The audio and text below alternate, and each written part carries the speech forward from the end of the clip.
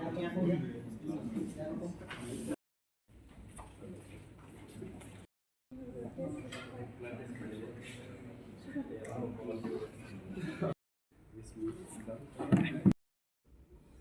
of NC sir amongst us. Thank you, ma'am.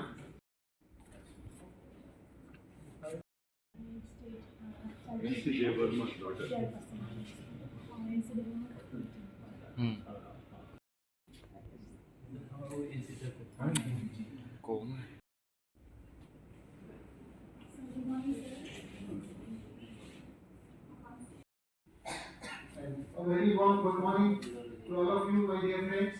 We are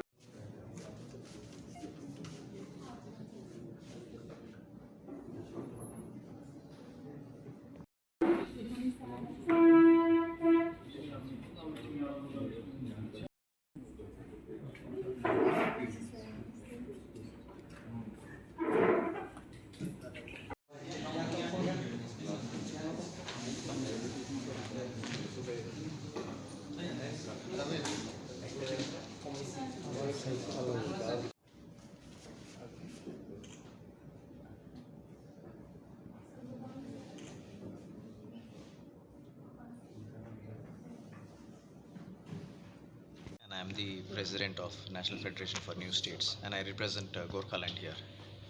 So, Tamang जी, ये जो demand आ रहा है, we have been seeing in West Bengal lot of politics on this. So basically आपको क्या लगता है कि इसके पीछे इतना लेट होने का? I am a senior advocate in the Supreme Court, but associated with Nfns on behalf of Telangana. So we have been in this forum right from the beginning. Initially it was called Indian National Front for Small States, and later on the name changed to Indian Federation for New States. So this is the background. So Telangana already, is it already the demand that has come, you were associated with that one, and Telangana has been a new state overall? Yes, what we see, what we have been finding after 1950, the first time after independence, the states got reorganized on linguistic basis, based on a state reorganization commission headed by a retired judge of the Supreme Court, Justice Fazal Ali, and two very scholarly persons as members, K.M. Panikkar and then H.N. Hridayanath Kunzru. These were the two scholar members of the State Reorganization Commission. They went about their work with a criteria, whereas now when the Jharkhand, Chhattisgarh and Uttarakhand were formed, or even when Telangana is formed, they are not based on, they are just based on political expediency. There is no policy, there is no criteria behind. So I think if we have to reorganize India, make it strong federally, then there has to be a policy on state formation. If not policy, at least criteria for state formation. Let them say, why was Telangana formed? No answer. When Jharkhand, Uttarakhand and Chhattisgarh were formed, there was no policy, there was no criteria, but at least there was a process. At that point of time, the Home Minister said, if those assemblies, if the Bihar Assembly passes a resolution allowing Jharkhand, if Uttar Pradesh Assembly passes a resolution allowing Uttarakhand, if Madhya Pradesh Assembly passes a resolution allowing Chhattisgarh, we will form it. And look at the Chief Ministers. Who is the Home Minister? Advani is the Home Minister. Who is the Chief Minister of Madhya Pradesh? Digvijay Singh, Congress. Who is the Chief Minister of Bihar? Lalu Prasad Yadav. Who is the Chief Minister of Uttar Pradesh? Mulayam Singh. Different colors. Mulayam Singh is one color, Lalu is another color, Digvijay another color, Advani another color. How did they come together? Advani said, let there be a process. At least there was a process. Now there is no process. It's all political expediency. Now all that is past, we should have a policy. If not a policy, have a criteria for state formation.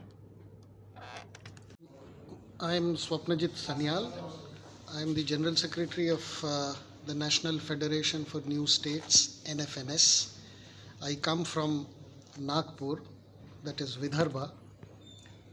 Okay, so today's meeting, how many states representatives are meeting, those who are demanding for separate state, and why is it necessary for separate state? Of the 10 uh, associates, 7 are representing today.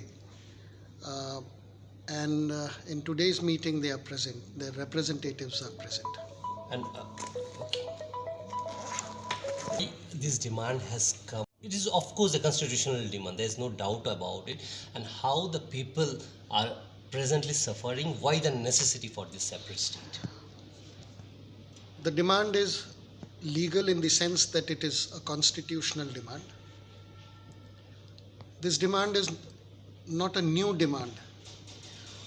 I can tell you of some of the constituents of Nfns where the demand is more than 100 years old. For example, Vidarbha. You are also aware that the Gorkhaland demand is 100 years old. 100 years old. The Bodoland demand is almost 40, 50 years old. So none of these demands are new. And since the Constitution itself provides that there can be separate states in one nation, our basic motto, therefore, is one nation, several states. In addition to the underdevelopment, or rather lack of development, there is also a question of grant of autonomy to these areas which are demanding separate statehood.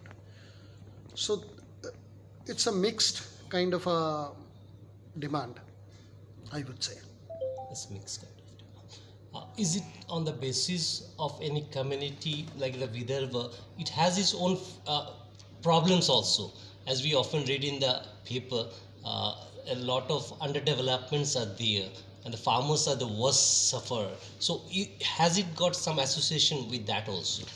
It has, definitely it has. Other than the kind of demands that exists in the Northeast, which is basically ethnic in the sense that traditions and customs and other things are a subject matter. There are areas such as Bundelkhand, Vidarbha, and for that matter Ladakh also, where this demand is more or less based on the lack of development, the pathetic situation in which its population is in, agrarian distress, etc. But why this demand is not been taking so long? Because, and why this underdevelopment? There's a simple answer to this: lack of political will. Lack of political. Thank you, sir. ये कि दूसरा भी कोई कारण है? As Sanil Sab just mentioned to you, the first reason that we can understand is a lack of political will from the government, because this demand is a long-standing and a constitutional demand. And not only is it long-standing, but this has also been registered in the manifesto of the present ruling party, not just in the last election, but also in the election previous to that. So it is not as if this demand is not recognized by the political class. The political class is aware of this demand. It is well aware of it. It has engaged with this demand, especially during the time of elections. But as far as showing a political will towards finding a solution, that seems to be absolutely lacking. Now, in the case of Gorkhaland, in the last manifesto, the present ruling party called for a permanent political solution, without defining the name of a state, or without defining what it is. But be that as it may be, we were happy that the government had at least committed, the party had at least committed itself to finding a political solution. But there doesn't seem to be any progress in that direction at all.